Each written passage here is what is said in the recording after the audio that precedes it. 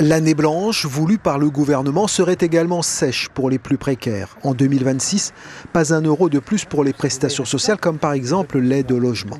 En gelant donc l'allocation logement, mécaniquement, ça va entraîner un endettement des locataires. 42% de dossiers de surendettement déposés en plus à IEDOM sur les 2 dernières années. Tous les signaux de la Réunion sont au rouge. L'allocation logement concerne 113 000 familles pour un montant moyen d'environ 300 euros. La santé serait aussi mise à contribution pour redresser les finances publiques, notamment les affections de longue durée qui concernent 180 000 personnes.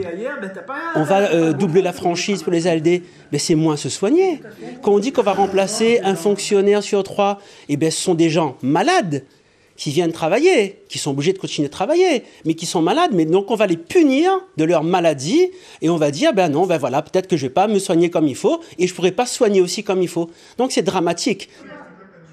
Les aides des 91 000 bénéficiaires du RSA, 21 000 de l'allocation adulte handicapé, 136 000 des allocations familiales, verraient même leur pouvoir d'achat diminuer à cause de l'inflation. Que tout le monde paye, pourquoi pas? Ça paraît assez, mais c'est normal de payer en fonction de ses revenus.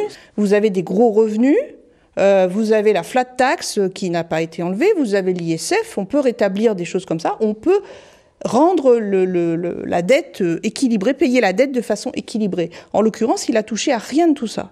Les conséquences du gel des prestations sociales pourraient aller au-delà de l'aspect purement économique.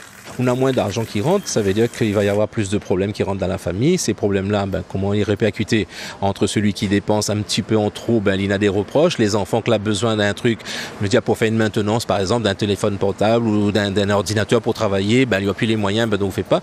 Tout ça, ça engrange de la violence intrafamiliale qui peut être très explosive à un moment donné.